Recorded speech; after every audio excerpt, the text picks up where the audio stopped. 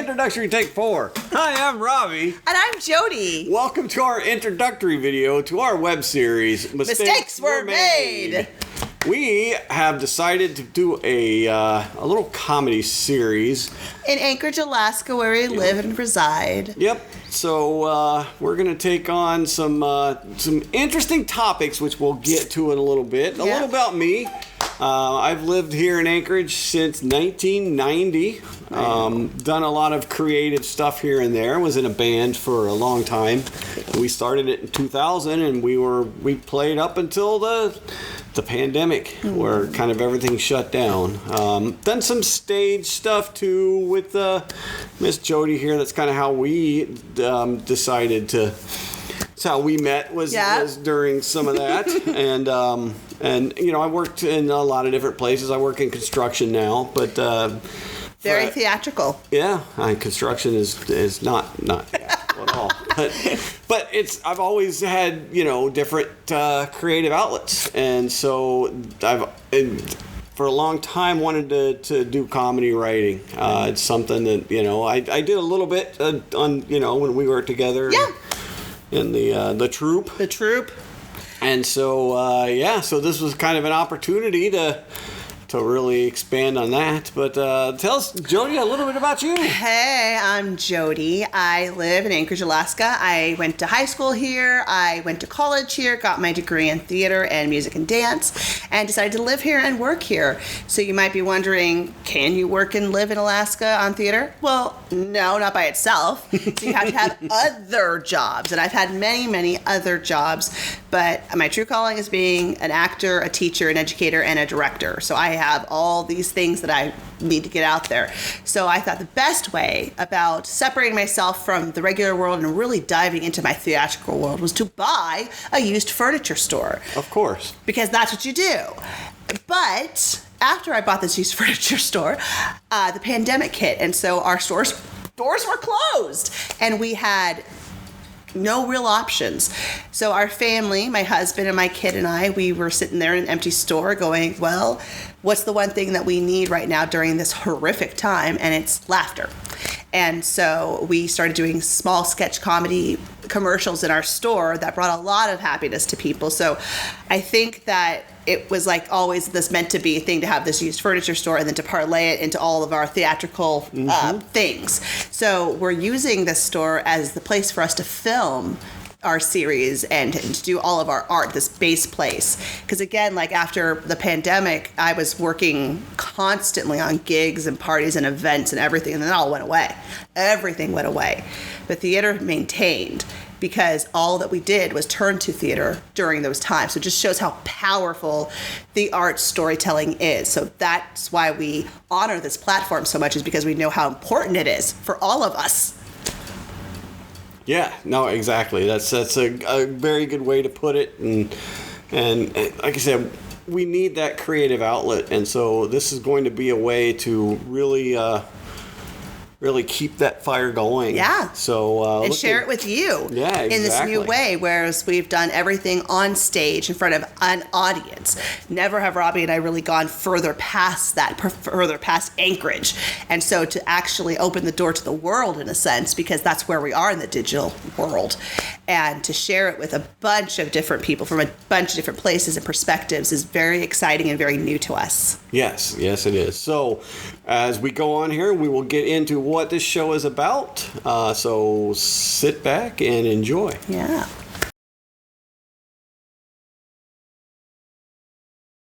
So what is this show about? Well, the word of the day, the word of the year, the word of the decade so far is misinformation. Misinformation. So what is misinformation? Well, according to the government, it's pretty much anything that they don't agree with. Yep. So, you know, the history, I guess we'll talk a little bit about the history of misinformation. Going back to 2001. After 9/11. We had this thing called the Patriot Act. And there were some people that said, whoa, that's probably a little too much power to give people. Too much, right? Yep. that maybe they're going to, I know it's for looking at we know it's for right now, this is a good thing, but what about when we don't need this anymore? Right. So you had those people questioning it, and what do you think happened to them? And people said that they're going to use this on Americans. They're going to use this on people of the United States. Right, regular people like you and me. And the government said, no, we would never do that. There's rules. And then in 2013, there was a gentleman in front of Congress that said, no, we never spy on Americans. We don't do that at all, Mr. NSA guy. So, of course he was lying. Of course he was lying. Of course. Straight up lying to everybody. You just get to, apparently, when you're in charge. Yeah, exactly. You can do that all the time. You can do whatever you want. Just lie. Yep. So he did. And so then you get to the pandemic time, and it gets turned up to 100, right? Yeah. Like this amp goes to 11, that amp went to 100. Of what they could do, the powers, overreaching of the powers of the government, saying, like, well, this is a perfect opportunity for us to take advantage of this. It's just this consistent power play to make sure that they have the narrative no matter what's going on. Yeah, no, exactly. And all we have is that narrative to listen to. If you're a regular person who doesn't seek out outside information, say if like for myself, I'm just going to read the news that's in front of me. And for a long time, yeah, sure, I believed it. Right. I completely believed it. That's something I did too for a long time. That the news was, the news used to be this thing, this consistent thing that you were like, Walter Cronkite, and this is the news. And it wasn't emotional. It was the news. It was informative.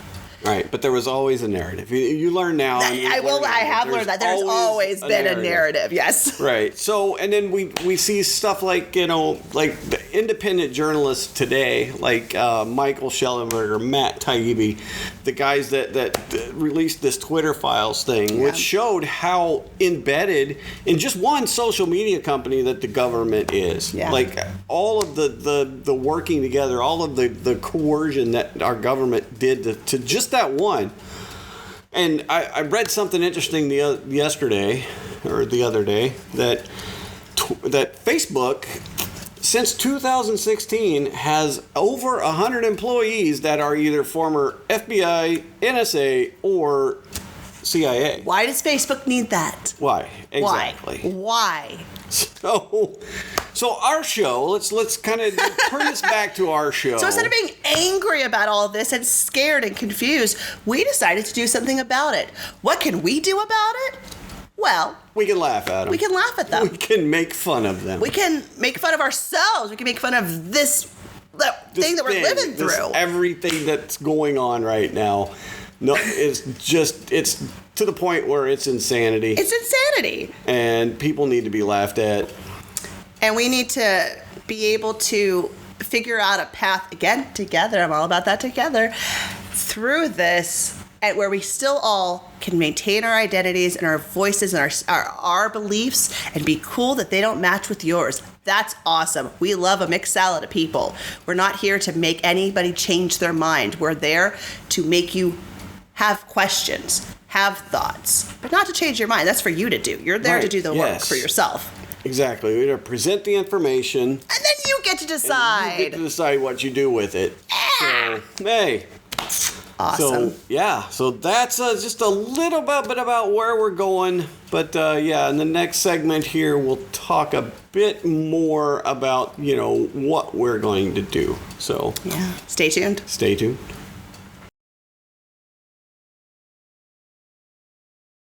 So a little bit about the show. So over the 2021, 2022, just watching all this information come out, or misinformation. I kind of thought up this show in my mind, and I developed a few scenes here and there, but basically, what if the government created a new agency? And so in developing of this show in my brain, I created this whole new government agency called the Bureau Undermining Misinformation. That's right. Bum. B-U-M, bum. Bum. And so I kind of wrote some scenes in my head and thought through some funny scenes, actually. Yeah. I think so. I think so. At least in my brain, they're funny, right? We haven't got them down on film yet, but they sure are funny in my head. But so, and then in January of this year, I said, all right, I need a partner in this. I need my buddy Jody. Yeah. And so we met for lunch one day at the Spinard Roadhouse. And I said, Jody, I want to do this show, and I want you to come along for the ride and do it with me. Yeah, so when Robbie had asked me to come to this meeting, he had this idea. I didn't know at all what this is. And I went, and then he's telling me this information and this idea and everything, and I'm going like, how do I fit into that? Because that's so not my field. I am a burlesque dancer. I teach children's theater. I'm all about the arts and the fields and all this and bringing people together. I am not about political things and political people. And I've just I don't care. Washed it all away. But I should care because it does affect me completely. And as I'm growing older and wiser, I can see that there's a lot more things that I need to be made myself aware of. And so I was like, well, sure. And I had met Robbie. We had been in a troupe together since 2006. And so we were doing all this theatrical work together. There was a lot of trust in this troupe where we had to just be really vulnerable with each other. And Robbie and I had a really great friendship out of that you don't normally get in theater. You don't usually meet people that you have lifelong friendships with, except you do in Anchorage, Alaska, because it's so small. And it's very small. It's so small. It is. It's a tight community. We're all celebrities here. We all have celebrity status. So I was like, well, shoot, man, this is different for me. But this is something that my spouse, my partner in life, Michael,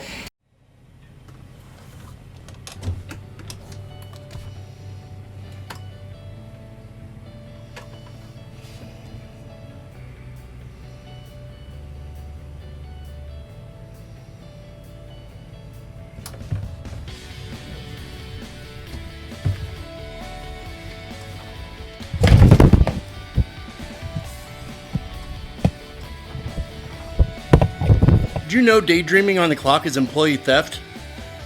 Your employer could sue you for it if you're caught. You ever had that kind of boss? You ever worked for that kind of place? I have. When I was asked when I'd participate in this show, I jumped at the chance. I've worked for several governments. They all had one thing in common: how to make me an anarchist. Just kidding. I'm not an anarchist. I'm an actor. But in the real world, I am a veteran of 10 years service in the U.S. Navy. I also served my state government for 7 years, so I'm very familiar with what our government says they do and what they do. It's not strange to anyone else that the government has secrets that they keep from us, the people. It's a government run for and by the people, the free people of this nation.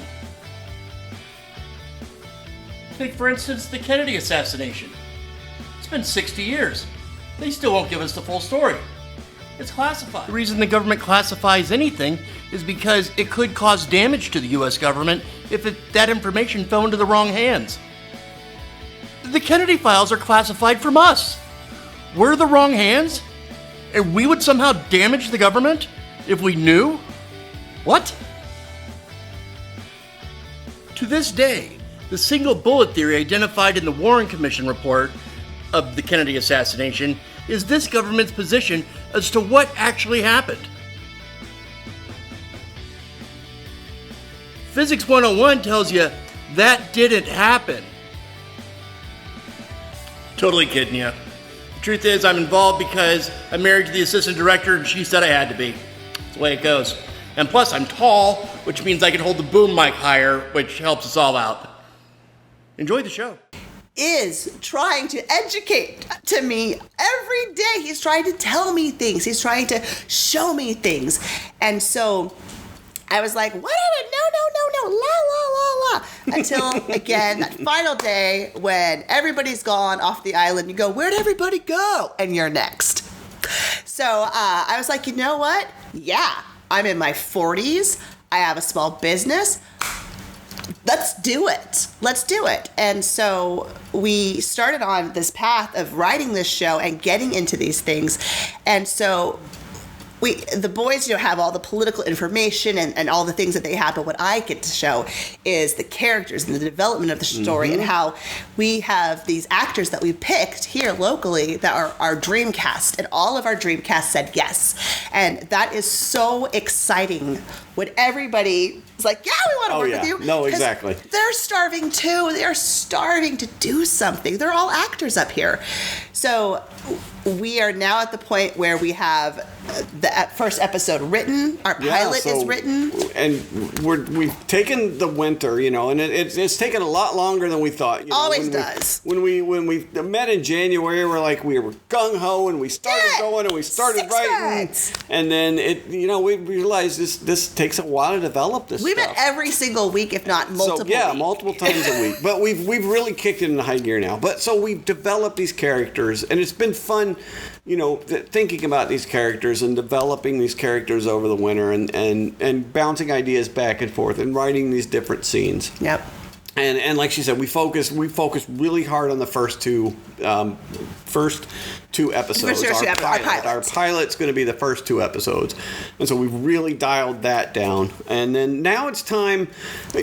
Coming up this next week, we're going to have our cast get together. Yep. It's really exciting. So we're going to get together, and then we're going to start the process of turning these characters over to them and letting them develop even more the characters that, we have an idea of what we want as the writing, the writers, and the directors and the creators, but they're going to then add to it. They're going to add their piece, because this is exactly what we're talking about, is that we present information and then each one of us dives into it the way that we would from our background, our perspective, and devour it. And so it's giving free agency to grow these characters within our actors, who are also, they're not all the same political ideology. They're not all the same. Exactly. Anything. And that's what we wanted to. And we want as mixed as possible. A big mix of different folks, because there's just, and that's one of the things too that we really want to get through on this story is we want some common ground. Like, I keep coming back to this term common ground in my brain, and we just don't have enough common ground these days. Everybody don't. Or we think we don't. We're being told we don't. We aren't told we don't. We're being told that we should hate each other. There is a whole lot of people out there that really want common ground and really realize that there's nuance within everything that's out there, and there's no one right answer. Right. I think the majority answer is level. I think almost all of us are level-headed in some way, folk that can really understand that this is not healthy for us as humans. Right. This is not what we should be doing with our time right now. And so we want to at least say, like, we acknowledge you guys. We saw you. We understand. And then for the rest of them who want to watch it for, like, I'm going to tear this apart, do so. Watch it. Awesome. Yes, please. Let's know your comments. Yeah, exactly. So, all right, in the next segment, we're going to talk about what's in it for you.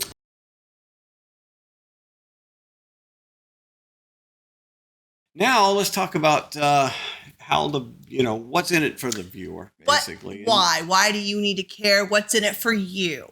That's a very important question. We're just starting this process. I mean, we've done a lot of work up to this point, and now we're actually getting some stuff down on film right here.